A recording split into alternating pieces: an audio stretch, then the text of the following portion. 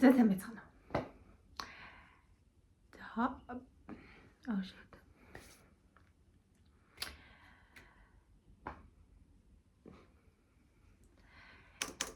За тэгэхээр би нэг угаасаа найзууд руугаа ширлэнэ. Тэгээ би нэг YouTube дээр тавина гэж бодож камер асааж байгаа.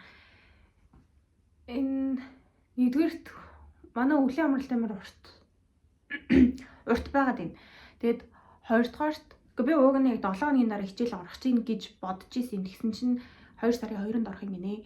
Тэрнээс гадна ингээд энэ амралтаар би тэг цагийн ажил ч юм уу надад ажил байсангүй. Тэг би гэртээ байлаа. Тэг гэртээ байгаад эхний ойлгомжтой нэг 7 хоног бол яг шинэ жил болох гээд нэг юм жоохон сэзэн орсон гэр орноос гарахгүй ч гэсэн нэг юм кино олж үзээд нэг тийм айгу гоё байсан юм аа. Бас нэг арай гайгүй. Тэгээ дээр нь тэр үеэр нэг юм санаа зовох асуудал байсан болохоор тэг гэртээ байх нь үс надад хамаагүй амар байсан юм. За тэгээд он гарваа. За он гараад эхний өдөр яах вэ надад хийх юм шууд гараад ирсэн. Яг өмнөх хоёроо он гарахыг хүлээгээ байж хаад манай дээд курсын охин намайг тоглолтын дээр ажиллах уу гэдэг би тоглолтын дээр волонтер хийсэн. За тэгээд тэрнээс хойш амьдрал нэг сонирн байна. За тэгээ он гарахаас өмнө бодсон юм нь би энэ жил намайг хүн үзэхгүй байсан ч хамаагүй зөв нэг ямар үзэлт болж авах гэсэндээ ч биш хүн үзэхгүй байсан ч хамаагүй зүгээр ингээд би ууг нь ингээд амар чалчаа хүн заяа. Яа миний нүд бүр амар томчтой харагдаад. Уучлаарай энэ нөө нэг би төрөлхийн давхраатай хүн биш. Тэг ингээд хаяа давхраа ордог байхгүй. Тэгээд өрөөс нь давхраа орсон байна. Тэгээд дээр нь би нэг юм ээжэд шинэ жилээр нааж өгөхгүй давсан сормуусаа надад зохиж магадгүй ингэж бодоод өнөөдөр харин дүү нүрээ бодоод гарсан байхгүй юу. Тэгээд гоё харагдаад хаар нүрээ бодоод. Тэгээд миний нүр амар хөгийн л болсон байна л да. Тэгээд нүур бодолд хөгийн болсон ч гэсэн сормоосоо наагаад үзчихье гэж бодоод тэгээд юун төлөө нүрээ будсан бэлээ гэж бодоод тэгээд гинт зорилгоч гэж тэг нэг юм бодсон юм санаад тэгээд бичлэг хий гэж бодоод тэгээд хамгийн амар факт надаа нэгдүгээрт мик авахгүй. Тэгээд хоёрдугаарт би энэ 14-ийн селфи камераар бичээд байгаа байхгүй юу. Тэг iPhone-ы селфи камер, арын камер аль нь ч байсан үнэхээр хүнийг бол амар муухай харагдвал би энийг эдитлэх байхаа. Амар муухай харагдвал энэ дээр нь нэмээд энэ миний нүүрнэр амар хатаг гарсан байгаа. Би одоо энэ яг хинт ч хамаагүй ярих байгаа учраас эхлээд юу тайч яг яагаад бичлэг хийх болсон талаараа ярьчаа дараа нь би яг энэ амралтын явцад надад болсон fucking ингээд сэтгэл зүйн болоод бие мах бодийн асуудлаа ярих гэж бодож байна. Тэрнээс өмнө уучлаарай хүмүүстэй. За яаж гарах юм арай. За тэрнээс өмнө эхлээд яагаад бичлэг хийх болсон бэ болоод би юу нь яг хийм бэ гэдэг талаараа ярил л та. За би бол ерөөсө том хүн бол биш. За хүүхэд бол бас бүр биш. Нэг тийм насан дээр явж байгаа нэг хүн байна.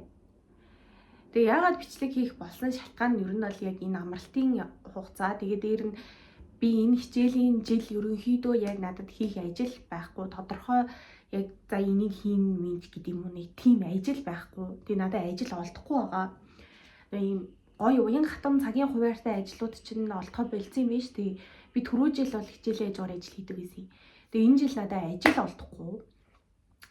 За тэгээд ч угаасаа энэ жил ингээд хичээлүүд мэрэгжлийн суурьд орно нэ тэрэ гээд би айгу хичээлдээ анхаарна гэж бодсон. Тэгээ хамгийн амар нь анхаарна гэж бодсон ч юу болсон гэж би 1-р курсынхаа 1-р улирал би юу ч мэдгүй тэдээр нь хажуугаар нь бүр шүн дөлөөр хийдэг ажилдаа би хагас дотоо нойртой байсан заяа. Тэг би бүр хажуугаар нь найз залуутай байсан. Окей би бүр 3 юм зэрэг хийгээ. Тэр 3 юм нь яг миний насны хүнд яг гурвангийн зэрэг хийхэд бол аюу зүйл байгаа штэ. Ингээд найз залуутай байна. Тэгээ тэр хүнд цаг зав зарцуулна бас цуг баймаар байгаа. Тэгээ дээр нь би ингээд 10 жилээс шууд ингээд их сургуульд орж байгаа тийм үү. Тэр чинь шал өөр ертөнц байгаа штэ. Ингээд хийх юмж тэр ачаалнж тэр ингээд шал өөр ертөнц байгаа. Тэгээ шал өөр ертөнцөд хөл тавьж орж иж би шууд намраас нь ажил хийгээд эхэлсэн зав. Тэр юунаас болсон гэж окей би 18 хүрч ийн гэдгээс л бүх юм болсон. Өмнө яг ингээд насанд хүрээгүйгээс болоод надад ажил олддоггүй байсан байхгүй юу. Тэгээ яг насанд хүрчлээ. Окей би ингээд 18 хүрчлээ. Тэгэхээр би ажил хийж болох юм байна. Надад ажил хамаагүй их олдно гэж итгэсний үндсэн дээрээс тэр ажлыг би ч болоогүй л тэр үед үргэлжлэсэн залуу маань ажил олоод тэгээд бид хинт нь ороод тэгсэн хэрнээ миний 1-р курсын голч нэгдүгээр курсын 1-р улирлын голч аюу дайггүй гарсан. Гэхдээ одоо нэг муудтай байхгүй л дээ. Гэхдээ энэ семестр миний голч бүр өндөр гарах ёстой гэж бодож би ажил хийгээг байхгүй юу? Тийм байлгахын тулд би ажил хийх гэдэг юмнаас ингээд завсарлага аваад болсон юм. Намар нь яг зунаа нь би тэгж хийдэж намар орж ирж байгаа байхгүй. Гэтэл яасан бэ? Яг гоо тийм амар бол унаагүй. Гэхдээ ингээд 0.10 хэд мэдэр ч илүү унцъя. Тэр бол айгүй юм нэлтэй л байсан л та надад. Тэгэд буурсан шалтгаан нь юу байсан бэ гэхээр энэ бол ерөөсөн математик байхгүй. Математик байсан. Тэгээд дээр нь ярих урлаг гэж хичээл байсан. Энднэрийг ярихаар би өөрөө ямар суугвэ гэдгийг хамгийн ихний хичээл дээр шууд ярих гэдэг байгаа байхгүй. Тэгэхээр хичээл дээр бичлэгэн дээр шууд ярих гэдэг байгаа байхгүй. Тэгэхээр одоохондоо бол би ярих хүсэхгүй байна. Ямар ч л байсан энэ юм чадвар тутсан хичээлүүдээс болоод тэгээд дээр нь энэ улирал миний гаргасан хамгийн том алдаанаас болоод дүн бол жоохон тэмхэн гарсан. Гэхдээ санаа зовлтгүй бүр тийм амар доошоо 2 хэд мэд болтлоо унаагүй. Тэгээд сүүлдээ ингээ хичээлүүдийнхаа байр байдлыг хараад би бол дүн нэг тиймэрхүү гарах юм байна да гэдэгтийг угсаа илэрсэн байсан юм. Тэгэхээр зүгээр. За тэгээд ажил хийхгүй байгаатай холбоотойгоор би бичлэг хийхээр шийдсэн юм аа. Тэгээ энэ нь яагаад вэ гэхээр миний сурдаг мэргэжил болоод сурдаг сургуультай холбоотой заяа. Тэгээ би ч урлагийн сургууль сурдаг хүн. Гэхдээ урлагийн ямарч авьяасгүй заяа. Ямар ч авьяасгүй ч цаашаа би тэрийг үнэлдэггүй л дээ. Тэгээд яг ийм нөгөө нэг хүмүүсийн урлаг гэж шууд бодонгууд нүдэнд нь харагддаг, төсөөлөгддөг юм болох ингээд дуудуулах, жүжиглэх, бүжиглэх гэд тэр авьяасууд надад амар дутмаг байдаг байхгүй юу. Тэгээд тийм учраас би юу хийж чадах вэ? Би юу хийж чаддсан бэ? Би яп хийж чаддаг зөвхөн байнгын ярьж чаддаг. Хинтээж хамаагүй, юу ч хамаагүй ярьж чаддаг.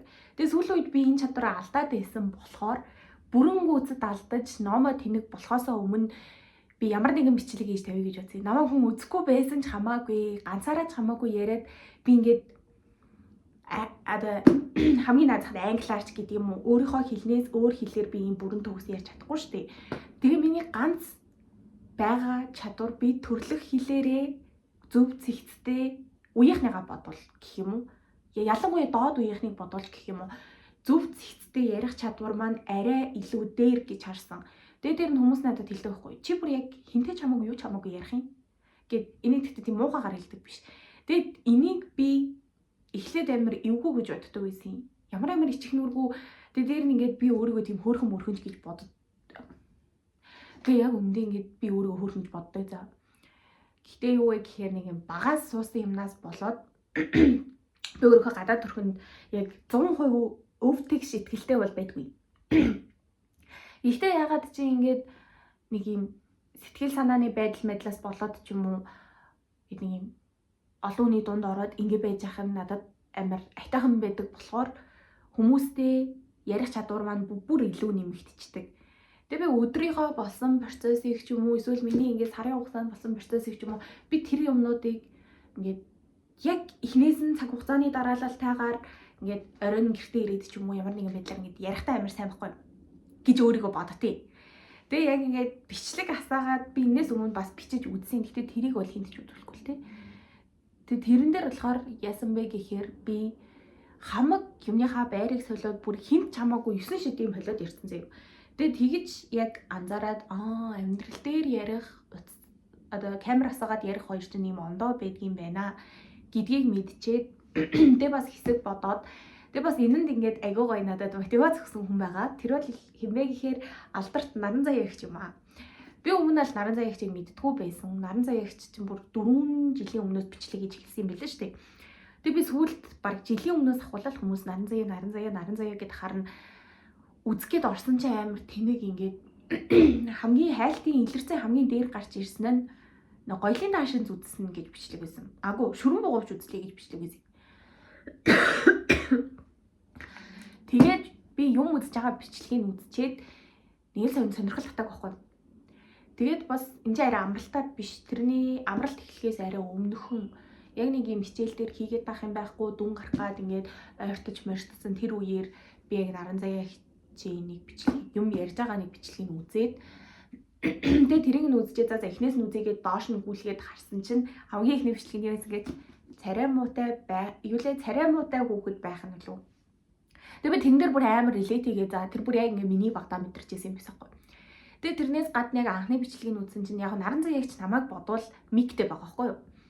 Тэгээд бусдаар ингээд нөгөө нэг хүмүүс ингээд бичлэг хийхийн тулд амар чанартай байх хэрэгтэй, юм байх хэрэгтэй, тийм байх хэрэгтэй гэд байдаг учраас нөгөө зориглож хий гэж боддоггүй байсан. Тэгээд тэрнээс гадна бас наран заяа хичээс мотивац авсан нэг хүн байгаа. Тэр бол Мэндэ хүү. Мэндэ хүү бас анхаасаа тийм амар чанартай юм бол хийгээгүй. Яг камерны нэгтаршилч гэдэг юм уу. Тэгээд тийм учраас за окей зүгээр л хийгээд үзчихъя л да. Ер нь ямар амаатай юм бэ?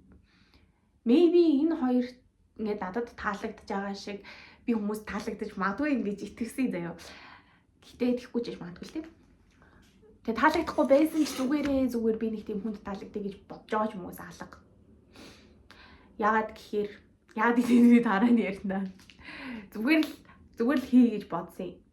Тэгээ одоо болохоор хинт ч хамаагүй юуны ч талаар хамаагүй юм ярих гад байгаа гэдэг шалтгаан нь энэ ахгүй юу. Энэ хоёр ном. Тэгээ яг энийг бол би дээр уншиж байгаа. Тэгээд энэ нөгөө дамжуулж уншиж байгаа ном баггүй юу? Энэ миний ном ч биш.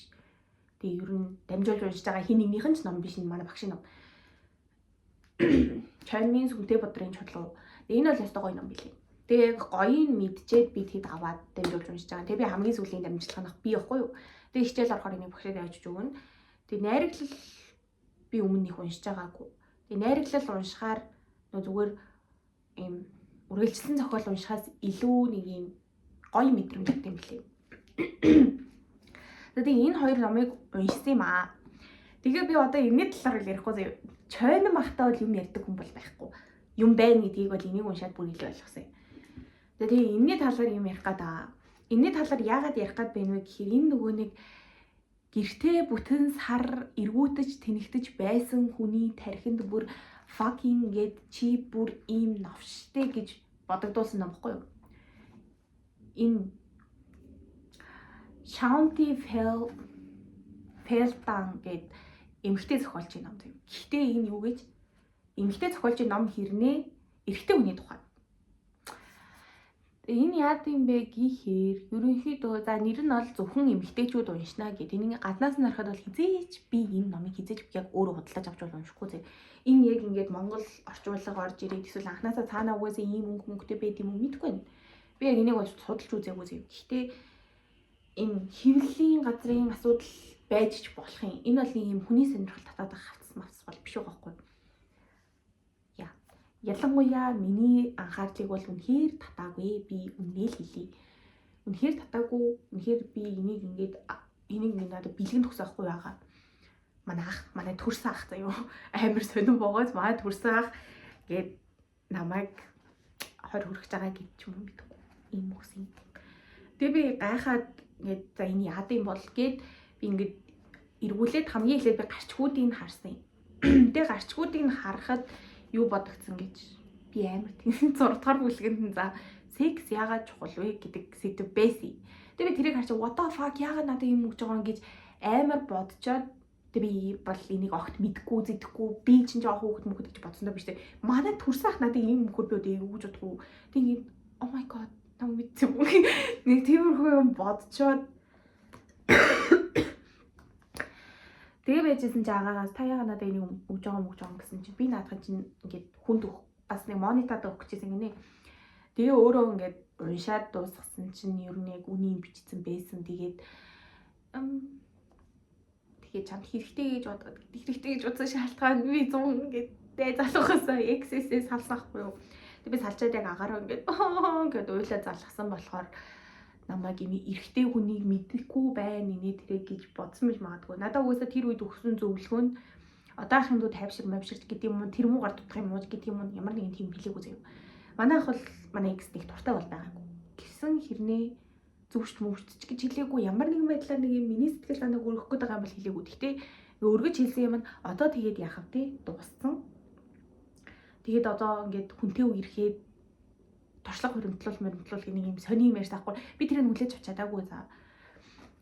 Тэгээ одоогоор надад тийм хүнтэй үерхэх бодолч байхгүй. Угаасаа би ингээд өмнө нь ингээд яг тэр үерхлээс болоод за надад бол энэ ингээд амар илүүдэд хатаад байгаа юм байна. Би бол чадахгүй юм байна.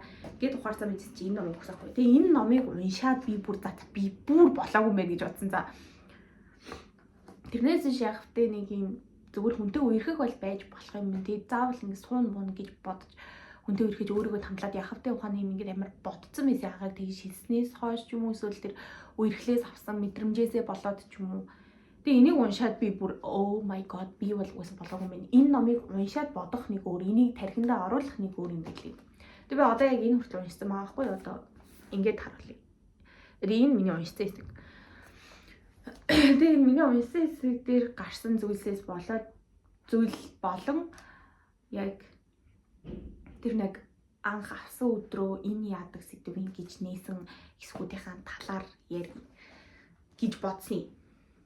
Тэгээ би одоо яг энэ сэдвийг барьж авч ярихгүй бол нөгөө нэг би яг амралтаар яаж новшуулсан талаараа амар ярих гэдэг байгаа байхгүй юу. Тэгээд анхны бичлэгэн дээр ийм юм ярих нь бас хайр гэж бодоод за энэ номны эхний бүлэг юу байсан бэ гэхээр хүндлийн талаар байсан.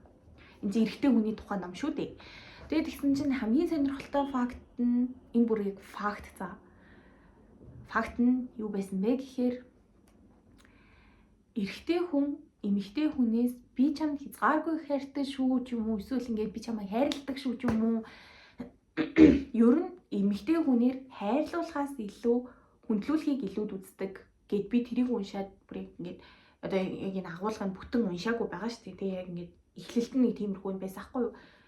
Тэгээ би яг уншичаад ингээд гайхаад шоконд ороод юу яриад байгаа юм бол гэд яг хөө эрэгтэй хүн ингээд хүндлүүлэх эрэгтэй хүнийг хүндлэх нь амар чухал гэдэг угаасаа л монголчууд ч гэсэн ингээд ярьж сургаж ирсэн шүү дээ. Гэхдээ бүр яг ингээд тэр одоо ингэж байгаа байхгүй нэг их сургуулийн профессор лекцийн хичээл дээр тэр юуны хичээлээс байсан талаар л энэ байхгүй заяа. Тэр нэг лекцийн хичээл дээр ингээд та нарт насаараа хинээрч заяа бүр хинээрч насаараа хинээрч хайрлуулахгүй байх уу? Эсвэл насаараа хинээрч хүндлүүлэхгүй байх уу гэж асуухад танхим дотор байсан одоо тэр чинь ингээд эрэгтэй эмэгтэй хүмүүс сууж байгаа шүү дээ. Танхим дотор байсан бүх эрэгтэй хүмүүс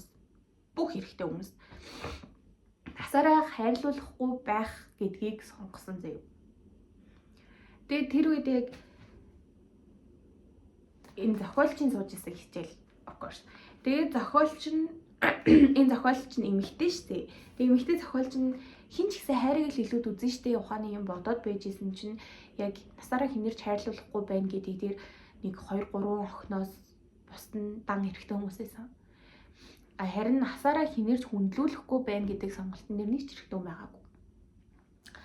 Тэгээд энэ дээр чинь одоо ингээд аюул олон урт удаан хугацааны судалгаан дээр үндэслэгдэж бичиж байгаа шүү дээ. Тэгээ ерөнхийн энэ судалгаан дээр байгаа агуулга нь болохоор юу вэ гэхээр эрэгтэй хүн хайрлал одоо хүндлэл гэдгийг хайр гэж хүлээж авдаг юм байна л та. Ерөнхийдөө багчлаад ойлгочвол тэгээ эмэгтэй хүн одоо ингээд нөхөр маань намайг ямар ч байсан хайрлаасай ч юм уу найз залуу маань намайг ямар ч байсан хөөрхөн байна гэж хэлээсэй гэдэг ч юм уу нүунийг бодоггүй байхад нь хайрладаг мэддэг нэг юм бэ. Яриа байдэн штэ. Тэгээ яг тэрийг хүсдэг байхад эрэгтэй хүн болохоор намайг яаж ч алдчихсэн, ямар ч байсан надад итгэдэг байгаасай, намайг хүндэлдэг байгаасай. Одоо ингэ би хүнд ч хэрэггүй болчихгүй дээ гэдэг ийм амар том айдастай байдаг гинэ. Тэгээ тэр айдсыг нь дарахын тулд эмэгтэй хүн болоод одоо ихнэр хүн нөхөр одоо амжилттай яваа эр хүний ард эмэгтэй хүн байдгаа гэдгийн учир нь ерөөсөө нэг амар ингээд гэр орны цэвэрлээд гүгэж ухтыг гаргаад амьд санаа зовх юмгүй амьдруулна гэдэг бол биш заяа. Гол агуулга нь тэр эрэгтэй хүнд итгэдэг байх хэрэгтэй. Тэгээд энэ дээр бас нэг асуудал үүсээд байгаа байхгүй юу?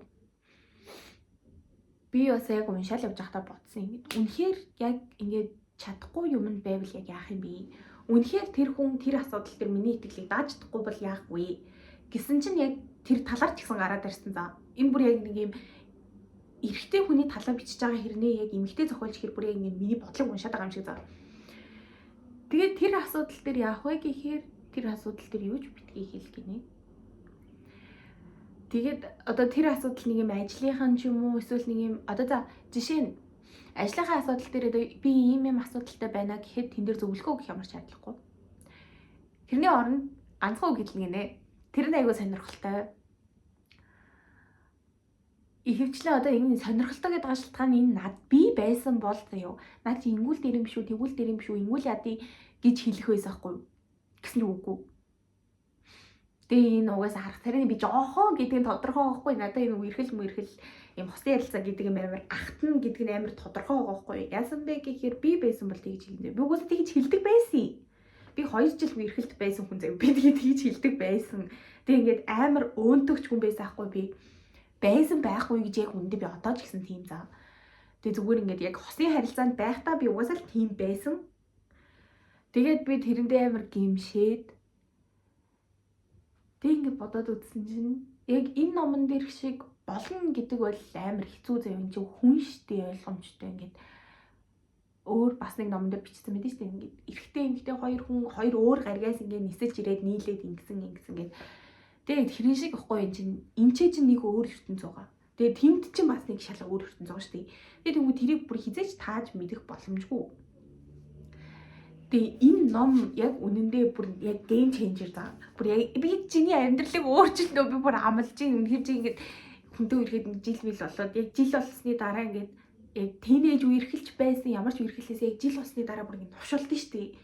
Болдсон штэ гэж миний хол яг тэгсэн зүг. Яг нэг жилийн дараагаас бол амар хэцүүдэд тэгээ нэг жил одоо тэр жил өнгөрснөөс хойш дахиад хагас жилийн дараагаас яг ингээд юм жидрэлтэндээ орно гэх юм уу. Нэг тийм болдог заяа. Тэгээ яг ингээд жил үерхэд новшоолоод ирж байхдаа энийг унш. Тэгээ энийг гол санаа нь юу гэж би дуусгаагүй ч гэсэн яг энээр ингээд гол санаагаа яг тэмдэглээд өгсөн байх таахгүй. Энэ номны гол санаа эмэгтэй хүн эрэгтэй хүнийг яг нөгөө нэг юм зөөлөн гараар ингэж нэг юм эргүүлэн эмэгтэй хүн амьдралыг ингэж авч явдаг гэдгийн гол шалтгаан нь зүгээр энийг уншсан байхад болно. Энийг уншаад чи энийг ойлгоцсон хүлээн зөвшөөрсөн байхад л болно заяа. Тэгээ тэр магтах хүндлэх гэдэг тал дээр болохоор яг сайн юмыг харж магтаад чадахгүй дутагдaltaй талыг нь өнгөрөөх. За энэ дээр нэмээд бас дээр нэм үзэл бодол нийлэхгүй тохиолдол байна шүү дээ. Үзэл бодол нийлэхгүй ч гэдэг юм уу нэг юм мэдлэгийн хүрээний асуудал байна. Тэнгүүд эрэгтэй хүн яадаг гинэ. Багаас ер нь хараад байхад ингээд эрэгтэй хүмүүс нэг ер нь ихэнх хувь нь яг манай үеийнхэн бол тийм байсан. Ер нь ихэнх хувь нь нэг тийм хичээл ном хөөж явдаг хүмүүс л байгаагүй. Тэгээд хичээл ном хөөж явдаггүй байсан ч гэсэн ингээд мэддэг сэдвийнхаа талаар ингээд одоо найз мэдүүд манай анги мингийнхэн бид юм ингээд яриад эхлэхээр наа чи ингэдэй, наа чи тэгдэй гэд нэг юм буцаагаад өөдөөсөө бүх хүлээж авах чадваргүй дээ штэ. Тэр чадвар чи угаасаа эрэгтэй хүнд байхгүй заяа. Тэгээ ялангуяа ингээ хайртай эмэгтэй хамт байгаа, хамт амьдарч байгаа, үерхэж байгаа эмэгтэй ингээд наа чин буруу, наа чи ийм биш үгүй гэд байх тусам энэ хүн намайг үнэлдэггүй байна, энэ хүн намайг хүндэлдэггүй байна, надад итгэдэггүй байна гэж хүлээж авдаг гинэ. Энэ бүр ингээд логикоос гадуур юм яг шууд сэтгэл санааны асуудал болоод тарж байгаа байхгүй. Тэгээ тэр тохиолдолд яах вэ гэхээр шууд үзэл бодлоо өөрчлөөд тэр хүний үзэл бодолтой ч юм уу тэр хүний ингээд хэлсэн мэдээлэлтэй мэдээлэлтийн санал нийлээд даган бийсэж явахыг бол хэлээгүй. Энэ тохиолдолд яах вэ гэхээр хүн болгон өөр байх эрхтэй. Угаасаа л өөр. Тэр чинь нэгдүгээр тархин өөр ажиллаж байна, сэтгэл зүйн асуудал өөр байна, өссөн орчин өөр байна, мэдээлэл авж байгаа платформ ч өөр байгаа. Тэгэхээр тэрийг хүлээн зөвшөөрөх хэрэгтэй. Тэрнээс биш наа чин ийм байдаг гэж зааж өгөх бол хэрэгтэй хүн хүсдэггүй юм байна л та. Тэгээ бас нэг асуудал. Ингээд амар дотны найзууд болцсон ч юм уу одоо ингээд суудсан хүмүүс байлаа гэхэд нэг гэр бүлийн найз гэж байдаг шүү дээ. Тэгээ тэдний хажууд нэг юм цари юу ч хамаагүй ярьдаг тий. Нэг юм би ямар гэр бүл болж үтсэн биш зүгээр ингээд харангуут юу ч хамаагүй ярьдаг тий. Тэр бол бүр ингээд эрэгтэй хүн бүр ингэ болоод өгөөсэй гэж хүсдэг гинэ. Тэгээ энэ нь яг ямар сэдвийн талаар яриад байгаа нэг гэртээ үүсэж байгаа асуудал гэдэг юм уу? Эсвэл ингэ манай нөхөр ингэдэгч гэдэг юм уу нэг юм өөнтөглөж өөлсөн тийм асуудлыг яг дотроо авч үзэхийг хүсдэг. Тэнгүүд эмэгтэй хүмүүс болохоор За ялангуяа тийнейж хүүхдүүд насан туршид ямар л тэгвэл би сайн мэдэхгүй байна. Гэхдээ ер нь бол хоорондоо ярьдаг л багасаа тийм байсан юм чи. Би бол яг тийнейжээ өнгөрсөн байгаа хүний хувьд тийнейж байна гэдэг чинь хүнтэй үерхлээл бол окей, бүгдийг ярина. Бүгдийг ярина. Бид хоёр тэгж идэлдэр гэсэн чинь тэгээд тим болоод тэгээд яг үнтэй жогорж байгаа байныхаа талаарч ярьдаг. Би өчигдөр хэдэн цагт юм битсэн чинь над руу хэдэн минут намайг анжаагаад ингэж бичээд тэгээд алга болчихсон шүү дээ. Угсаа тэгж ярьдаг байхгүй юу? Тэр бол амар буруу. Бүр хажууд чинь тэр залууч байхгүй байсан ч тэгж болохгүй байлээ. Би амар буруу гэж хэлж өгөөд би тэрийг амар мэддэг. Би та нараас илүү юм шиг яриад л үгүй. Энэ ном дээр тэгж зүйлсэн юм хаа. Би энэ номыг яагаад ингэж амар шүтэн бишрээд байна гэхээр нөгөө нэг яг би үерхлээсээ гараад одоо миний салалт одоо 6 сарын өмнө болсон байна л та. Тэгэхээр энэ 6 сарын хугацаанд би шууд салаад ирүүлчихэд ингээд 6 сарын амар гоё ингээд за яах вэ салсан байж тээ гэж бодоогүй. Би баг ингээд 3-аас 4 сарыг яг эдгэрэлтэндээ зарцуулсан байхгүй юм чинь ингээд амар их юм болж байгаа шүү дээ. 2 жил үерхсэн дээр нь ингээд 2 гэрийнхнийгаа таньдаг байсан зүгээр юм гадуур ингээд уулздаг үерхэл байгаа байхгүй нэг нэгнийдээ очдог ингээд тэгдэг тийм үерхэл байлаа. Бүр миний талын хүмүүс бол бүр бүгдээрээ мэдэн зөв манай хамаатан, садан, мадан, үеэл, дүүнэр, мүнэр яж хат манай үеэл, дүүнэр, мүнэр яг тэдний 10 жилийн сургуульд сурдаг байхгүй юу? Нэг сургууль.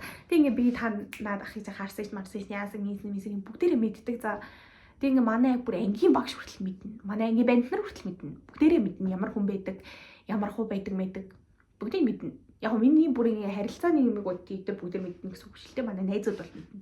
Тэг би найзуудтай ярьцдаг байсан. Энийг хэлээд байгаа. Тэг ингээд энэ ном яагаад амар хэлээ. Тэгээ би энэ номыг бүр ингээд шүтэн бишрээд байгаа вэ гэхээр би ч одоо харилцаанд байгаа хүн биш тийм үү. Харилцаанд байсан бол энэ ном надад нэг юм амар сонин үлдэх байсан. Одоо би тэгээд их ёстой мó, ингэх ёстой мó гэж хүлээж авч магадгүй байсан ба. Тэгсэн чинь одоо ч би харилцаанд байхгүй надад харьцдаг бүр ингээд амьд ч байхгүй заяа. Бүр амар юм тайван байгаа байхгүй юу надаа ингээд найз гэж хэлэх хүмүүсээс өөрөө миний амьдралд эрэгтэй хүн байхгүй. Эрэгтэй хүн байхгүй. Цусан төрлөөс гадуур эрэгтэй хүн юусоо байхгүй. Тийм байгаа учраас тэгээ дээр нь ингээд эдгэрлийн хугацаадаа миний эдгэрлж их шиг ямар амар үг ашиглаад. Гэхдээ ер нь бол тийм ингээд би сэтгэл санаагаар амар унаад надад амар хэцүү байж байгаад тэг миний ингээд өөрийгөө хэлт хийж байгаа арга нь гэсэн чинь арга бол би сая тэр бүр ингээд ямар ч хүний толгойн дээр гэл зүгээр л унтаж чаддаггүй ингээд уйлаа. Би баг хэдэн хоног тэгж уйлсаа мэдэхгүй за. Тэг тэр үед ингээд 100 зав би ажилтай байгаа. Тэг би ажлынхаа хажуугаар ингээд би ажил юм операторын ажил хийдэг за. Тэг ингээд чихвч зүгцээ сууж байгаа шүү дээ ингээд. Тэг операторын ажил хийдэг. Тэг ингээд ажил дээр ингээд хоолой зангирал бол миний ингээд нөгөө ажил хийх одоо жишээ нь ингээд боддоо гинт гарчин татаад уувал яах вэ? Тэгээ тэр шиг гинт хоолой зангираад эхлэн зав ингээд чи амар гараар хийдэг ажил хийж чи гинт гарчин татаад унжина л гэсэн үг. Юу ч хийж чадахгүй ингээд нүднээс нулимс бөмбөрөөл ингээд хоолой зангирахгүй маа гэхэд ингээд хүнтэй ярьж байгаа шүү дээ. Тэр ингээд шууд нүднээс нулимс ингээд бөмбөрөөл дэлгэцээ харж чадахгүй ингээд хүний мэдээлэл шүүж өгсөж би дэлгэцээ харж чадахгүй. Тийм байдалтай айгу удаа явсны. Тэгээд байжсэн чинь яасан бэ гэхээр их удалгүй наадмын амрал эхэлсэн юм аа. Тэгээ наадмын амрал эхлээд яах вэ? Манай эзэлч наадмын амралт гэж 7 хоног хамраажсэн баха. Тэгээд манай найз бид хоёр цуг байсан. Ер нь л нэг 7 хоног цуг амьдэрсэн. Тэгээд тэр үеэр чинь уйлж унжин. Тэгээд уйлж унчаас илүү нөгөө нэг гэрээс гарч явах хүсэлтэй гадуур л ингэ байж юмар гэртээ ирэхээр энэ чинь нөгөө манайд ирж хонж мундаг юм байсан болохоор ингээд нэг юм дурсамжтай газраараа явахаар ингээд нэг юм сонир хэцүү болдсон шүү дээ яг дүн салсны дараа. Тэгээд яг гэртээ ирэхээр яг тийм мэдрэмж төрөө болохгүй. Тэгээд гадуур л байх хоббитэй. Тэгээд миний эдгэрлийн арга юу байсан бэ гэхээр би гэрээ цэвэрлсэн. Би бараг 7 хоногжгоо гэрээ цэвэрлсэн баха. Тэр наадмын амралтаа биш лээ. Наадмын амралтаа тийм ингээ гадуур явж байгаа. Тэр ингээ манай найзууд 10 жилийн найзууд ингээ гадагшаа явж мөнгөж исэн болохоор тэр хэдтэй амир их уулзаж муулзаад яваад гэсэн. Тэгээд тэр үеэр нэг юм амир хэцүү ингээл ээжийг харахаар л өмөлцөж уйлах гал ээж ч намайг гаргадаал ингээл намайг хараад баг өрөвдөж уйлал тийм сонир байдалтай байхгүй. би ч одоо энэ гэрийн хүн болгоныг дагуулж уйллаа. Айгүй зовлонтой бүр нэг мөнхөл хацал үзсэн юм шиг юу ч болоод байгаа тэр хүн чи байгаа шүү дээ. Тэр мөнхөөгүй ээ. Тэр хүн чи амьдарч байгаа. Тэгээд сүултээ ингээд нэг тийм сонир сэтгэл зүйн докторгүй байдлаас болоод айгүй хэцүүс. Тэгээд байжгаад 8 сарын дундуур би ажлаасаа гарсан. Нөгөө хичээл орох чинь ингээд тэг угаасаа нөгөө нэг оюутнууд авчиж ажиллаж байгаа гэрийнх нь хугацаач тийм байсан. Яг нь 9 сард хичээл ортолны ажиллуулна гэсэн яриа болов байсан. Гэхдээ яг цагаад болсон чинь тэгээд 8 сарын дундуур ажлаас гараад тэгэл яг тэр үеэр чинь ингээл галзуурал тэр ажилч угаасаа ажилд байхдаа ч гэсэн би нэг ажил хийж байгаа гэсэн тарамдгүй заа. Ажлын 6 цагтай бишээ 5 цагтай. Тэгээ окей 5 цаг ажиллаад ирнэ эсвэл өдөр босоод ингээд өдөр яваад оройд харж ирдэг ч юм уу. Сул цаг амир ихтэй. Тэгээ тэр сул цагаараа юу идэг гэсэн бэ гэхээр би гэрээ цэвэрлэдэг байсан. Гэрээ цэвэрлээ тэр 2 жил үерхэд цуглуулсан хог хаягдал биш ээ ёо. Ямар муухай вэ? Миний 2 жил цуглуулсан юм үерхлийн маань үлдцтэй юмнууд байгаа аахгүй юу? Тэгээ тэр чинь одоо тэгээд миний хувьд хог л болчихж байгаа юм чинь. Тэгээ би тэр болгоныг хаяад гаргаж хаяад дуусаад бүр юм том юм канвас дээр зурсан 2 шиг зураг мураг за. Тэг ингээ амар их юм байсан. Тэг би бүгдийг ингээд эвдээд хаяхын хаяад шатааж болж чадаагүй. Ингээд шатаах газар надад олдоогүй. Тэгэл урахын ураал хаяхын хаяал хайжлал бүр ингээд жижиглээд бүгдийг гаргаад хайсан. Тэгээ тэрийгээ би эмчилгээ болж ийн гэж итгэсэн л дээ тэр үедээ. Тэгэл яах вэ? Тэгээ яг үндэ жинхэнэ эмчилгээ гэдэг чинь ингээд яг би эмчлэгдсэн гэж бол хэлэхгүй зэ. Гэхдээ нөө нэг анх салчаад тэр салч айгу муухай би хаягдсан юм аа. Тэгээд салчаад яхаа хүлээж авч чадахгүй байгаа шүү дээ. Яагаад ингэж байгаа юм? Яагаад би яасан гэл нэг тийм сонирн байдалтай. Тэгээ явандаа гол нь энийг ингээд хүлээж авах хэрэгтэй юм байна. Тэгээд тэнгууд тэр чинь нэлийн хэсэг хугацааны дараа хийх хэрэгтэй юм байсан байгаа байхгүй юу? Би юуны юуг буруу хийлээ, битэрийн харилцаанд юу нэг юу алдаатай байв гэдэг ч юм уу. Тэр чинь нэг юм салаад нэлийн хугацаа өнгөрсний дараа хийх хэрэгтэй юм байсан байгаа байхгүй юу? Тэгээ би тэрийг хийх гэж үзээд бүр амар эвгүй. Тэгээ тэр бол бүр хэрвээ та нар биш тий. Ямар нэгэн байдлаар салах юм бол тэгж болохгүй. Тэрийг шууд бодож болохгүй. Эхлээ зүгээр өөр юм хий, тэрийгээ март ингээд өөр гоё хийж болох юм бол шинэ хувцас аав мөнгөчин байвал эсвэл дээр ажиллаа хий. Хичээлээ хий. Тэгээд жоохон мартагнаад ингээд сэтгэл чинь нэг юм жоохон арай гайгүй болно шүү дээ. Тэрийг ингээд хүлээж авах мэдрэмж нь арай багасна. Тэрний дараагаас яг нэг юм ганцаараа сууж агаад бодоод тэгээ нэг юм хүнд ярьж уйлах биш. Хүнд ярьж уйлангууд чамайг аргадаад тахаар яах юм бэ? Тэрнийхээ эвлэрч чадахгүй шүү дээ. Угаасаа миний бур байгаагүй юм байна гэл улмал нөгөө гондол уйлаад байв. No. Зүгээр ганцаараа суугаад тэрний талаар бодноо, бичнүү, яринуу, ганцаараа яринуу бүр падгүй. Зүгээр тэгээд тэрийг ингээ гадагшлуулаад бодоод тэг зүгээр ингээ болсон процессыг бодох ч юм уу. Би тэр хүн тэгж гомдсон гэдэг ч юм уу. Тэр биш шүү. Гол нь юуны талаар бодох вэ гэхээр ингээ би энэ номны талаар гэж юу. Гэхдээ гол нь яг юуны талаар бодох вэ гэхээр би энэ харилцаанд ямар алдаа гаргасан мэдээж салаад явж байгаа хүн чамд хэлэх юмнуудаа хэлээд явсан баг. Эсвэл ингээд тэрнээс өмнө муудалцж байхдаа чамд хэлжсэн баг. Нэг чиний энэ харилцаанд гаргаад байгаа тэр хүнд таалагдахгүй алдаа гэх юм хэцүү. Зүгээр тэр хүн таалагдахгүй байгаа зүйлс ч юм уу тий. Яг шууд тараа алдаач байж болно зөө. Гэтэ тэдгээрийн талаар чамд нэг юм жоохон ч ихтэй ойлголт үлдээсэн байгаа. Тэрийг ингээд дахиад ингээд бодоод ингээд дахиж ухаад бодоод үз. Тэнгүүд яг юун дээр алдсан, тэр хүнд ямар мэдрэмж төрүүлсэн, ер нь яг чиний бодоод байгаа шиг тэр хүний буруу байсан юм уу? Чи ганцаараа зовж хандлаад байгаа хүн нь муу юм уу? Гэх мэтчлэн бодоод үзэх хэрэгтэй. Би яг тэгэж бодож үзэж мүцгээсээ өмнө яг тэгэж гомдоод хүн болгон намайг аргадчих тэр үед би амар муухай алдаа хийсэн заяа. Би X рүүгээ залгаад бүр ингээд хорвоо дэлхий дээр байж болох хамаг муухай үгийг хэлсэн байхгүй. Гомцсондоо штий. Би одоо тэрэндээ амар ханастай. Тэгээд ингээд эргээд одоо уучлахгүй гэхээр боломжгүй. Ямар ч холбоо хамаарал байхгүй болсон. Тэгэд хэр хэрвээ ингээд нэг хотод л амьдарч байгаа юм чи амьдарч байгаа юм чинь гэж тэг явчихыг би бас мэдэхгүй л дээ. Гэхдээ таарч магадгүй. Таарах юм бол би үнэхээр яг уучлалтгүй байхад бүр яг бэлэн болсон за. Өмнө нь бол яг тэр сасны дараа ингээд надаас юм авах гад ирж мэрэхт нь бол миний бүр ингээд хамаг дургу хүрээд бүр ингээд нүд хорсоод тэгтээ надад ингээд хэлсэн үг ч юм уу ингээд би чамд ингэсэн ингээд салаад явахтай хэлсэн өгнүүд нь шүү дээ. Тэгээ тэр өгнүүдтэй ч юм уу тэр үед гаргасан замдаа ч юм уу надаас уучлалт гуйсаахгүй юу. Тэгээ би явж хариулаагүй. Тэр үед надад тийм уучлах хүлээж авах тийм тэрийг нэг тийм процесс хийх юм байгаагүй гэх юм уу.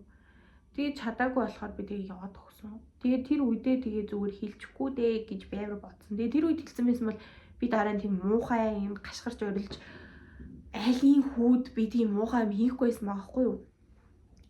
Тэгээ яг энэ мэдчлэн ингээд амар ойлгоод ухаарад би ямар муухай юм бэ гэж бодсон байсан дээрээ нэмээд энийг уншсан чинь яа би ямар тэнэг байсан юм бэ гэж бодогдсон. За тэгээд хэрвээ нациг байдалтай байгаа хүн энийг унших юм бол амар ихэн бодогдсон. За гэхдээ тийм бодохыг хүсэхгүй байгаа бол бүр дараа нь унш. Тэгээ энэ аз хур дээр 21,000 гэж зарагдчихжээ. Би дуустал уншаагүй болохоор нэг амар ингээд уншаасаа гэж бол хэлэхгүй зөө. Гэтэ манай найзууд ингээд дөнгөж хэлэн ярьж өгөхөд хоо наадгаж авч уншия гэж ярьж байгаа учраас би ингээд байгаа. Тэгээ ялангуяа яг одоо ингээд харилцаанд байгаа хүнд энэ номыг өгөх юм бол ямар хэрэг болох байх гэж бодож байна. Тэгвэл юм харамсах юм хүнтэй ч юм уу тийм хүнд жоохон хэцүү ном. Тэгээ ага ч юм бол миний найз биш миний төрсөн ах тэгэхээр юун дээрч байсан энэ нэг юм энийг сурах ёстой гэж бодоод тийм өнцгөөс хараад энийг надад өгч байгаа. Би угаасаа мэдж байгаа. 100 тэгж их хуйлж залгсан болохоор энийг сураад байгаа сайн. Тэгээд энэ чинь эмэгтэй хүн биш, эрэгтэй хүн. Миний ихч биш, миний ах шүү дээ. Тэгээд тийм учраас одоо миний ах надад эрэгтэй хүн чинь юм байдаг юм аа гэж ярьж өгөхөөс хэцүү шүү дээ. Тэгээд нэг юм тохиолоор номын дэлгүүр хэсэж явж байгаа. Өө монитада юу авчих уу гэж явж хагаад энэ номыг хараад тэгээд монитадаас нэг залуу хүн байсан л юм шиг байгаа. Манай ах чинь надаас амар голоо авахгүй юу. Тэгэл окей энийг өгчэй гэж бодоод монитадаа өгөхөөс өмнө бүгдийг уншаад дуусгах гэж байгаа юм. Тэгээ ингээд амар үнэн санагдаад тэгээд би шинжил хабилын нэг авсан. Айгуу гайхалтай. Тэгээ энэ ном магадгүй би энэ жил хүнтэй үерх бэл би энэ номноос олсон гэж бодон заяа юу. Энэ ном надад тэгээ эрэгтэй хүн дуудаад ирнэ гэж би баг бодон заа. Гэтэ одоогор л надад хүнтэй үерхийг сонирхол бол байхгүй байгаа. Гэтэ энэ ном бол амар сонирхолтой байгаа. Тэгээ энэ сонирхолтой дээр нэмээд үгэж амир баялаар би нэг юм туршилт хийж байгаа юм шиг би ингээд хэрвээ би одоо хүнтэй үерхэж байгаад яг энэ аргыг ингээд хэрэглээд үнэхээр энэ номон дээр шиг юм болвол яг яах вэ? Үгүй арга биш яг энэ дээр заасанчлан би эрэгтэй хүнтэй тгийж харьцуул гээд би ч одоо эрэгтэй хүнтэй айгүй муухай харьцдаг хүн юм бэлээ. Хүн байсан юм байлаа гэх юм уу? Одоо би нэг найзууд нэг тийм муухай харьцдаг байгаа юм байна. Үгүй би эрэгтэй найзуудаа бас нэг уулзахгүй л байгаа л да. Гэхдээ ер нь бол арай нэг юм хүндэлийн заагтай байна. Тэрнээс өмнө бол би нэр эрэгтэй найзуудаа байнгын доош нээдэг за бүр байнгын бүр ягаад чи би эмэгтэй найзуудаа хэдэж тийг доош идэхгүй за. Тэг эрэгтэй найзуудаа бол доош нэгээд загнаал.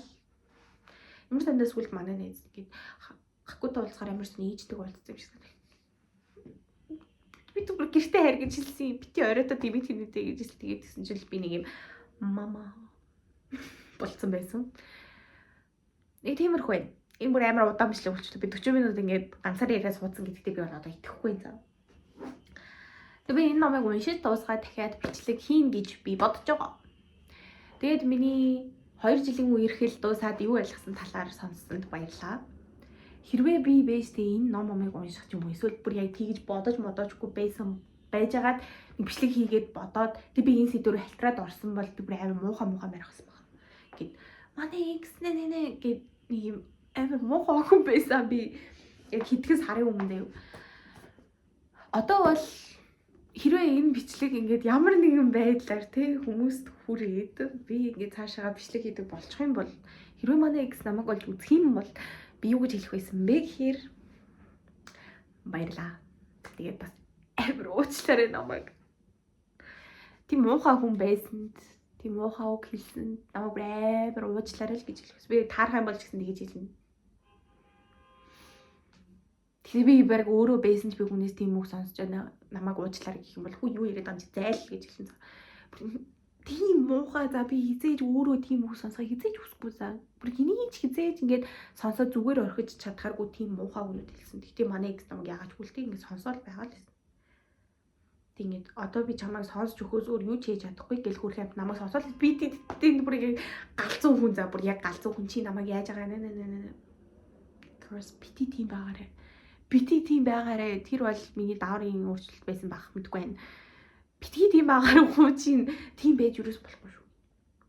Тийм байх юм бол тэгэл яг окей ингээд салцсан хүн над тэгээд ингээд одоо ингээд салж байгаа юм чинь би сэтгэлдээ байсан юм а хэлэн бла бла гэж танай бодож болно л доо. Гэтэ тэр чинь ингээд нэгэн цагт чи хайртай дуртай гэд явж исэн байж ийж ингээд тухайн үедээ гомдсон гомдлоо тухайн үедээ хилээгүй хадгалаад үлдсэн тэрийг ингээд хизээ хойно бүр ингээд бөөгнүүлж хагаад хэлэхээр чинь тэр чинь бүр ингээд атмын бөмбөг шиг юм байна шүү дээ. Тэгээд хүний толгой дээр атмын бөмбөг шидэг тийм сайхан юм байна. Тэгээ хүний нусны улмаас үзэж айгүй муухай шүү дээ. Тэгэд муухай үг гэдэг чинь ер нь бол хэлэх шаардлагагүй л байдаг байхгүй юу? Хэлээд хэрэггүй. Яг уу тэгтээ би яг тэрний маргааш нь бол яг тэгж хэлсэндээ харамсаагүй л дээ. Би бүр хичнээн хоног моногийн дараа л тэрэндээ амар харамсан. The fuck би ямар муу хүн бэ л гэж амар бод. Тэрнээс биш яах гэж тэгэж хэлвэ мэлвэ биш за бүр ингэж хүнийг гомдоочлоо штэ чи ямар балиар юм бэ гэж бодсон. Гэтэ яг үндэ тэрнээс өмнө би үерхэлд байхдаа ч ихсэн тэр хүний би амар гомдоож исэн л тоо. Тэр үедээ уучлал гуйжсэн ч гэсэн одоо ингэ харангууд the fuck хулаан чи бүр ингэ хүн хайрлаад байгаа юм уу зоогоод байгаа юм уу шаналгаад байгаа юм яагаад байгаа юм бэ? Би мэдгүй за. Тэг миний анхны үерхэл за. Би бүр амар токсик байсан. Тэгээд хэрвээ чи өөрийгөө токсик гэж мэдэрчүүл чи токсик байна л гэсэн үг. За хүн өөрийнхөө токсикийг ухаартлаа бүр амар болж ижил хэрэг ухаарын за. Тэг хэрвээ чи өөрийгөө токсик байна гэж мэдэрч л байвал чи токсик байна л гэсэн үг. Тэгээд тэгээд дээр нь юу? Энийг ярьсныхаа энэ номон дээр бас байсан шүү. Би өөрөө ч яриад байгаа юм шиг. Ингээд их тохиолдолд заяа эмэгтэй хүмүүс юу хүсдэг вэ гэхээр хэрүүл боллоо, муудалцлаа, эсвэл чи гомдлоо, эсвэл нөгөө хүн чи гомдлоо. Юу хүсдэг вэ гэхээр яг ингээд энэ дороо шууд надад юу болсноо яриад надтай ярилцаасаа гэж хүсдэг. Би ч гэсэн тийм хүсдэг байсан. Тэгээ одоо ч гэсэн дахиад харилцаанд ороо тийм хүсэхгүй байна гэж би баттай хэлж чадахгүй л тийм. Гэхдээ юу вэ гэхээр эрэгтэй хүмүүс тэгж чадахгүй. Миний харилцаанд байсан залуу ч гэсэн ерөнхийдөө манай найзуудын үерхчихсэн залуучууд ч юм уу ингээд найз залуу ч юм уу хараад ахад би бүр дотор нь ороо мэдсэн биш шүү. Надад тэгж амар ярьж мэрсэн ч юм биш. Зүгээр миний ажиглаж байгаагаар ерөнхий ингээд хөнгөн ажиглалтын дээрээс харахад тэгээ дээр нь энэ номон дээр бичсэнчлэн юу их хэрэгтэй хүн хийж тэгж чадахгүй. Мянга хичээгээд ч чадахгүй. Хичээгээд ганц удаа тэгж чадна. Тэр хүнээс өөрөөс нь гарч байгаа сэтгэл хөдлөл ч юм уу үйлдэл тэр юусоо биш чи нэхэж шаардсан учраас тэр хүн хийж байгаа шүү. Тэгээ энэ чигээрээ байгаарэ ч юм уу эсвэл ингээд чи дээр тэгээд дээ одоо яагаад тэгж болохгүй байгаа чи яагаад ингэж байгаа гэж битгий шаналгаарэ. Юу вэ гэхээр эрэгтэй хүн ингээд асуудал үүсгэхээр зүгтдэг. Одоо хэрүүл маргаанч байд юм уу ам хэлээрээ шийдэх асуудал байд юм уу. Ерөнхийдөө тэрнээс зүгтдэг. Яагаад вэ гэхээр эрэгтэй хүн зүгтж явах явцдаа шийдлээ хайж идэг. Нөгөө хүнтэйгээ ингэж ярилцаж шийдэл мэдл хайх майх биш заяа тэр яг буцаж одоо тэгж юм хүн бодож зүгтаж ирээд ярилцдаг хүмүүс бас байна. Зарим нь болохоор огт ярилцдаггүй зүгээр л буцаад хэвээ юм шиг болчдөг. Тэрийг бол хэлэх хэрэгтэй. Огт юу ч ярилцахгүй байж зүгээр юм шиг харилцсан гэдэг чинь угаасаа хүний харилцаанд байж болшгүй зүйл л шүү дээ. Тэрнээс биш ингээд чамтай хэрэлтлээ тэгээд тэрнээсээ хойш чамтай ярихгүй байдаг ч юм уу эсвэл ингээд хоёр цуг амьдардаг байлаа гэхэд гарч яваад 2 3 цаг болдог ч юм уу тий. Эсвэл ингээд төрсөн гэртээ очичдаг ч юм уу мэдгүй ямар нэгэн байдлаар ингээд чамаас хэсэг хугацаанд зай авлаа ингээд богино хугацаанд зай авлаа гэхэд тэрээр уурлаад чи ингээд намайг ийм мэдрэмж авсан байхад намайг хаяад явлаа гэдэг ч юм уу тийм харилцаа үүсгээд хэрэггүй тайвшраад тэр хүн чинь тэгж зүгтаж явсныхаа үндсэн дээр тэр хүн тайвшраад өөрийнхөө дотроос ч юм уу эсвэл энэ харилцаанаасаа ч юм уу нэг юм анзаараад шийдэл олгоод ивж байгаа. Тэгээ өөрийгөө тайвшруулсан байгаа байхгүй юу. Тэгээ тэр тайвширсан үе дээр нь илүү юм зөөлөн дуугаар ярилцаад үзэх юм бол илүү амжилт олох юм шиг байлээ. Би яг тэгж амжилт олж үзэж байсан. Гэхдээ тэр нь надад амар хэцүү байсан. Би амар юм түргэн юм юу гэдэг үлээ. Нэг амар түргэн зантай ингээд юм асуудал үүссэн л бол тэрийг тэр дорн шийдэх ч юм уу тий. Юм хийн гэсэн бол хүн надад одоо ингээд жишээ нэг жоохон бахад надад чам тим авч өгнө гिचх юм бол хизээ авч өгье. Яг тийм хүүхдээс тэгээ ходооч гэсэн тийм цаа. Гарна л гэсэн бол яг хідэн цагт яг хаана яг яах гээд байгаа лээ гэдгийг тэр дорн шууд залгаад татвчдаг за. Яг нэг тийм байдалтай. Тэг том асуудал дээр ч гэсэн ойлгомжтой тэрийг хурдан шийдэхийг л хүснэ. Угаасаа хүн тийм юм чи. Тэгээд тиймээс учраас би амар өөрийгөө хүчилж ганц 2 удаа тийм шийдвэр гаргаж ирсэн. Гэхдээ ерөнхийдөө харилцаан дээр яг тэр л хамгийн зөв юм билий. Эрэгтэй хүн тэр чинь нэг тийм хулцгар арчаагүй чам тайргүй мэргүй дээж биш. Угаасаа л цаанаас эрэгтэй хүний тарих сэтгэл санаа тэгж ажилдаг. Тэгээд зүгтаж байх, чамаас зай авч байх хоорондоо шийдэл хайж яадаг. Тэгээд бүр сүултээ ингээд шийдэж гэж бодохгүй ч юм уу тий эсвэл бүр сүултэж биш зүгээр л тэр асуудал нэг тийм амар шийдээд авах биш зүгээр л хоёр талдаа тайвширсан байхад болцохоор асуудал байх юм бол зүгээр л гарууд найзуудтайгаа уулзаад ингээд тоглоод уугаад явчихдаг байхгүй юу. Тэгэхээр тэрийг нэг хүн дээр битгий хүлээж авч чи харин тэр хооронд нь өөрийгөө тайвшруулаад тэгээд дараа нь ингээд хоорондоо тайван байдалтай уулзаад тэгээд энэ ингэсэн байлээ гэд ярилцах хэрэгтэй. Тэг ярилцахтаа гол нь шүү дээ. Хэрвээ чиний буруу байх юм бол заавал намайг уучлаарай гэж хэлж агаарэ. Бодоод өнгөрчдөг шүү. Манайхаа бодож өнгөрч болохгүй. Уучлаарай гэж хэлж агаарэ. Тэгээ энэ нөгөө нэг түрүүн хүндлэг гэж ирэдсэн шүү дээ. Тэн дээр энэ ном дээр байсан хамгийн чухал юм би хэлгээ мартчихжээ. Юу байсан бэ гэхээр манайхан гэдэг нь манай бүх эмэгтэйчүүд юм. Миний насных биш байсан ч хамаагүй.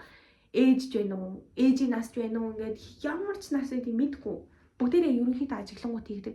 Бүгдээрээ хань ижлийг хүндэлдэг, дээдэлдэг ингээд хоолныхоо дээжийг барьдаг, юу гэдэг малгай бүсийн дээш нь тавьдаг. Тийм. Гэхдээ хэлэх ёстой байлээ шүү.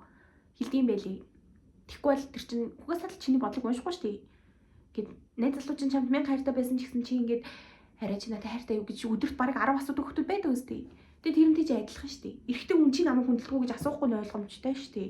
Тийм болохоор хэлээрээ тэгэхгүй ингээд дотроо хадгалаад би чамайг хүндэлдэг нэг тэрийг гээд донгосоо тэнгүүдээ гадагт нөгөө нэг хөвтөлээ халан гаднаа хайрын дотроо тэр чин бол нэрийн хосын харилцаан дээр худлаа шүү. Хайр чи гаднаа л байх хэвээр. Хайраа чи гадагшаага харуулж ах л ёстой. Тэг ингээд тэр дутуу хөтөө юмны талаар бол ингээд яг хоёулахнаа байх та. Одоо жишээ нь ингээд хүүхэд мөхөдтэй болцсон ч юм уу тий. Эсвэл ингээд амар дотны найз байзуудтайгаа сууж ахтаа ингээд чи нэрээ тэгдэж шүү гэд байж болохгүй зү. Ялангуяа ингээд эрэгтэй найзгаа найзууд тэгдэж тэгж болдоггүй ингээд гэсэн шүү. Тэрийг маш сайн санд яваарэ. За одоо нэг юм амар лайф коуч хуцгаа болий. Эйгүү байдаг юм байна энэ чинь. Би өөг энэ номыг ингээд яг бүтэн уншиж дуусгаад амар гэрн гэж бодсон чинь энэ чинь өөрөө нэг юм одоо би энийг яг юу гэж хэлэх юм бэ? Энэ ч өөрөө нэг юм хүний хөгжлийн ном шиг ном байгаа байхгүй. Би хүний хөгжлийн ном уншиж чаддаггүй мамуучлаарай. Тэгээ энэ номыг бол би амар уншаад байгаа юм. Энийг бол би нэг шүнэл уншсан. За. Тэгээ энийг нүг энийг муудэндээ орж байгаад уншихгүй бол хүний хөгжлийн номын чинь нэг юм за одоо энийг уншидаа гэж сууж уншиж тээ. Энэ болохоор надад хийж нөлөөлөхгүй байгаа байхгүй юу? Энэ бүр яг ингэж бодонгууд одоо фак нэрээ тийм биш. Нэрээ тийм биш. Түй би ямар тэнийг юм бэ? Баахан бүр амьдралын юм бодоод явждаг учраас би нэг амар ингэж уншаад байгаа. Тийм нэг ер нь амар ганцаараа манцаараа ч юм уу ойлгох боломжтой үедээ ч юм уу худлаа утсан юм аа. Яг ойлгохад байдیں۔ Би надаас ус юм биш гэдэг дээр уур нь хүрээ за. Нэг юм өөрийнхөө буруу гэдгийг ухаарахаар нэг уур хүрдэн штий. Үгүй юм болов. Би ганц хэрэгтэй юм болов. Ер нь заримдаа тэгтээ. Тэгээд яг надад тэр мэдрэмж төрөд байгаа учраас би уншихгүй ингээ байлгаад байгаа юм. Би эхний 2 сэдвийг л уншсан. Тэгээд тэр анх нээж үзчихэд энэ номыг би яасан бэ гэхээр бүр яг ингээд сэдвүүдийг ингэж харж ийсэн. Энэ яа гэм бол гээд маа хойшоо дэлгэглээ. Уншаад би нэг 2 хуц уншсан уу. Яг 10-20 минут л байсан. 2 хуц л ингэж уншсан. Тэгээ уншингуутлаа би ёо цай гээд бүр яг шийдсэн байхгүй. Тэгээ ага хамгийн амар нэг хүүхч манахаас гарч амжаач үгүйсэн за. Ага миний өрөөнд суучлаа. Би том өрөөнд суучлаа. Тэгээ ингээд зайлгийн ширээн төв шидчихэд тэр сэдв нь яагаад би тэр сэдвийг уншаа би нэг баг уншихгүй байх гэж бодсон юм. Ягаад миний дургу хүргэсэн бэ гэхээр би ч одоо яг би одоо гэрийн хувцастай байна л да. Сүүлд орж өмссөн бодлоо. Би гадар баг өмсөхгүй болохоор өмсдөө. Тэг би одоо гэрийн хувцастай байна. Тэгтээ би одоо гэртээ дандаа ийм байдалтай байхгүй шүү дээ. За өсвөл яг задгаа хийж болох юм тий. Ер нь ихэнхдээ би ингээд миний ус амар өтгөн энэ одоо шулуун үзэм болохоор мэддэхгүй байна уу. Амар өтгөн тэгээ ийм урт ургуулсан болохоор би ер нь үсээ ингээд дэше шуучдаг байхгүй. Тэг би ингээд найз залуу маань манайд ирж хонж манд ингээд цуг муг байж хахад гэсэн би яг тийм л байдалтай. Ингээд үсээ дэше шуучна. Тэгээ нүрээ ингээд яг сайхан ингээд угаагаад тос мосоод үрхэд маск заск тавиад бүр ингээд яасан ч яах вэ гэсэн байдалтай заа. Тэг ингээд тэр цуг ажилч мэжилдэг хавтал бүр амар ингээд нойр морьчгүй би бараг усанд орохгүй 3 4 хонж манад ингээд тийм амар байдалтай би ингээд байж лээд гэсэн заяа. Амралтынхаа өдрөө ингээд гэртэрээ шууд ингээд унтчихдаг заа. Тэгээд би тийм байсан. Одоо ч гэсэн ер нь ингээ ганцаараа байхдаа тийм л байдаг. Гэхдээ одоо бас тийм арайч тийм амар 3 4 хоног усан дурахгүйс биш л тийм амар завтай юм чи. Ерөнхийдөө нэг юм гэртээ хүн чинь амар тухтай байх хүсдэг шүү дээ. Тэгсэн чинь энэ номон дээр яг тэр юу лээ? Өөрийгөө арчлахгүй гэдэг сэдв биш аахгүй. Тэг би яг тэр ингээд ихлүүлж уншиж байхдаа what the fuck юу яриад байгаа юм бэ? Энд дээр юу байсан бэ гэхээр эрэгтэй хүн ингээд их нарийгээ гэртээ байнга гоёороо үзэсгэлэн төгсөөрөө байгаасаа гэж хүсдэг юм байх уу? Бараг өглөөс эрэхтэй ингээд ягаачгүй л ингээд яг л нэг юм гоёороо босч ирээсэй гэж хүсдэг юм шиг байлээ. Тэгээ би энэ нөгөөний сэдвийг хүлээж зөвшөөрч чадахгүй болохоор юм амар муухай яриад байгаа шүү. Тэр ингээд бүтэн уншаагүй би яг тэр хэсгийг уншсан ингээд 2 хуудас уншаад энэ тэмхүү л агуулга гартай угаасаа. Тэгээ тийм болохоор ингээд муухай яриад байгаа. Уншиж дуусгачаад ярих юм бол би бас арай өөр сэтгэл зүйтэй ярьж магадгүй. Тэгээд энэ дээрээсэн бас нэг муухай юм эмэгтэй одоо ингээд за ингээд махлаг бонхор над матрахгүй ч юм уу тийм ингээд охтууд янз бүрийн жинтэй байгаа шүү дээ. Тэгээд янз бүрийн жинтэй одоо заалт охтууд сонирхдаг залуучууд бас байгаа. Тэгээд чи анх найз залуутайгаа нийлэхдээ ямар жинтэй байсан чинь бол хамаагүй. Юу вэ гэхээр чи тэр жингээсээ нэмээд ингээд харгалах юм бол хүн чинь нэг юм жин нэмж мэмэх асуудал бас байна шүү дээ. Эсвэл одоо юу гэдэг чинь. Жирэмсэн болж болох төр бол арайч ирчүүд тэгдэггүй байх гэж би бодчих заяа. Энд дэр бол тгийгүйс. Энд дэр гол нь юу байсан бэ гэхээр ихнэр нь юм уу ингээд одоо өөрийнх нь нэмэхтэй жин нэмэх үед жингийнхаа одоо нэмсэн жингийнх нь хэмжээнээс авахулаа заяа. Юу вэ гэхээр ингээд корпорацийн ерөнхийлөгч байхаас ингээд байрны харуул болохтой тэнцэх хэмжээний юм уналтанд ортын гинэ мэдрэмжийн хувьд. Тэрийг харчаа би бүр гайхаад тэр чи одоо юу гэсэн үг юм бэ? Хайртай л бол хайртай өстэй. Тэр хүн чи эргээд ингээд турж мурна штэ. Ямар амар тийм дэлгүүлэн юм бэ? Бүр одоо ингээд миний ихнэр юм болцсон. Би ингээд дууслаа гэсэн тийм мэдрэмжтэй бүр яагаад. Тэгтээ яг энэ бол эрүүл эрэгтэй хүний тарих шүү заяа. Тэнгүүд ингээд гажигтай эрэгтэй хүмүүсийн тарих бас би яг энийг уншиж чадаа гажигтайнууд нь бүр амар сонио ажил юм байна гэж бодсон да. Гажигтай хүмүүс яадаг гэж. Тийм хүмүүс байдаг шүү. Ингээ сонсож модчихсэн л хатанд. Би ч гэсэн сонсож байсан. Чи турж явах гэдэг. Гэт амар сон тэр одоо яг юу болт вэ? Чи турж явах гэж. Яг үнэндээ ингээд эрүүл эрэгтэй хүний тарихаар болохоор эхнэр нь ингээд гоё болоод турж мурах юм бол амар баярлтын гинэ. Өөрийгөө гоё болгох юм хийдэг ч юм уу, турж умардаг ч юм уу, дасгал хөдөлгөөн хийх. Тэрэнд нь ингээд амар жаргалтай болдог гинэ. Гэхдээ яг үүнд өөртөө нэг тэгдэггүй шүү дээ.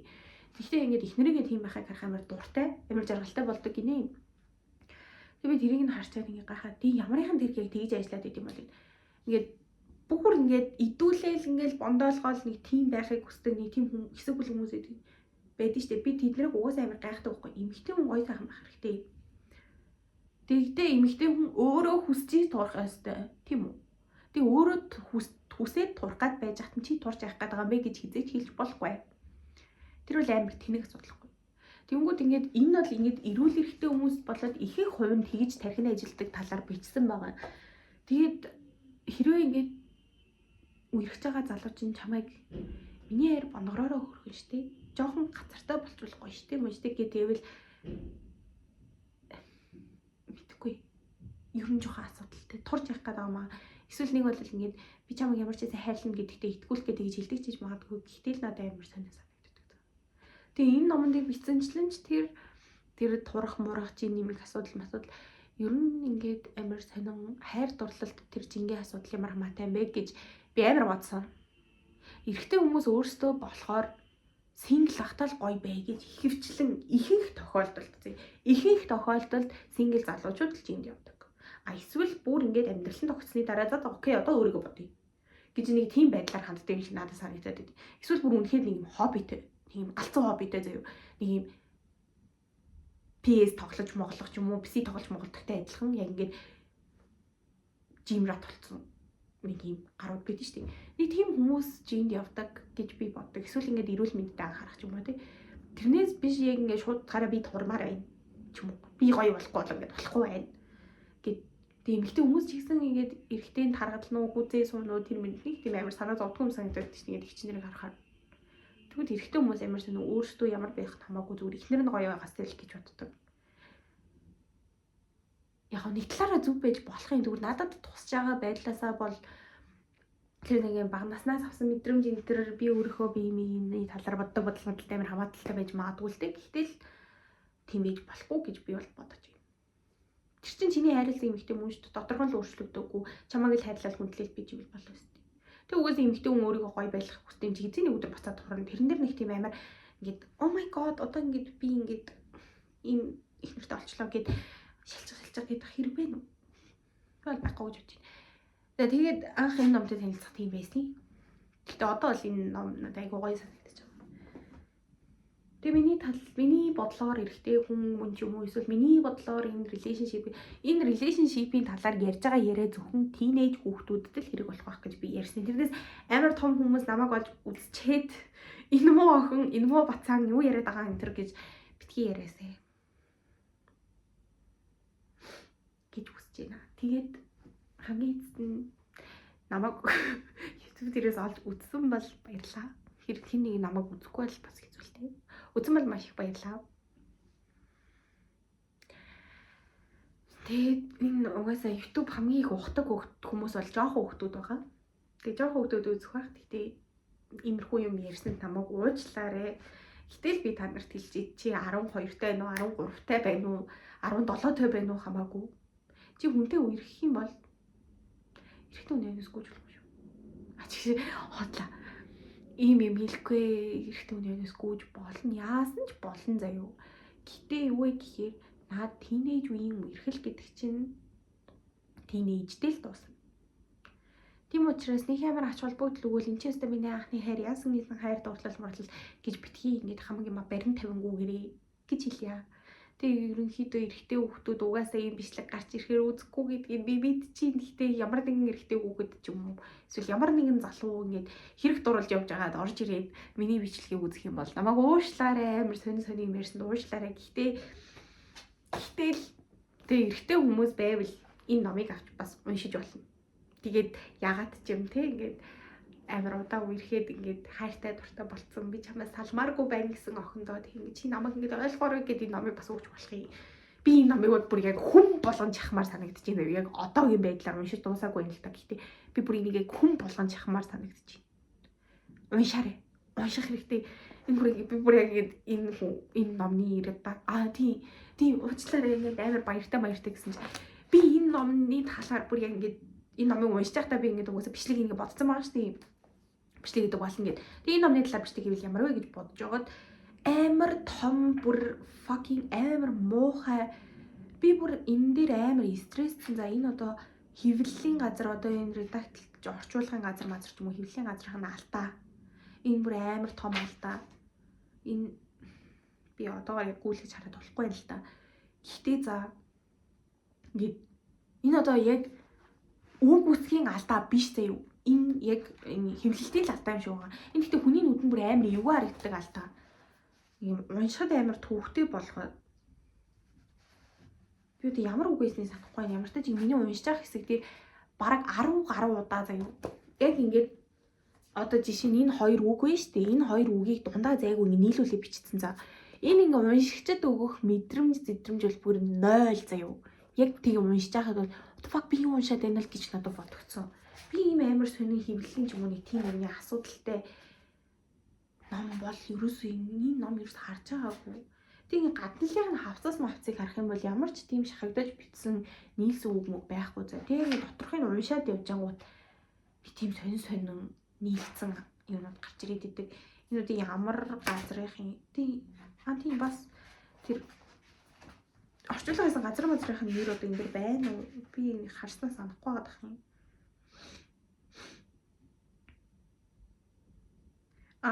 Монгол хэлний орчуул хөрвүүлсэн цэцэг ба редактор нь давг сүрэн гэж хүмүүс давг сүрэн гэдэг хүмүүс байна. Зөв энэ одоо хэвлэлийн газрын нэр мөр бол байхгүй байна.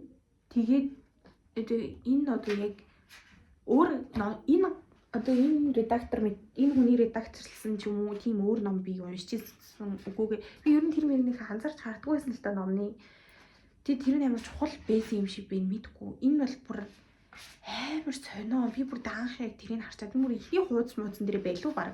Дүнж уншаад эхэлж ийсэн чинь гараад иртий. Тэг ингээд одоо энэ хараа жишээ нь энэ талаарх чиний гэдэг хоёр үгийг ингээд нийлүүлээ бичсэн байх нэг бодолтой. Энэ бол амар том асуудал цаа. Энэ редактор нь яг нүдэн хаагур юу харж өнгөрөөд энийг ингээ асуудалгүй нэг гаргацсан. Эсвэл ингээ хөвлөхтэй юм байдалтай байсан юм уу? Юу болсон юм бэ? Эсвэл би ийм алдаад хэвлэл авцсан юм уу? Энэ номонд тийм л дутагдал байсан.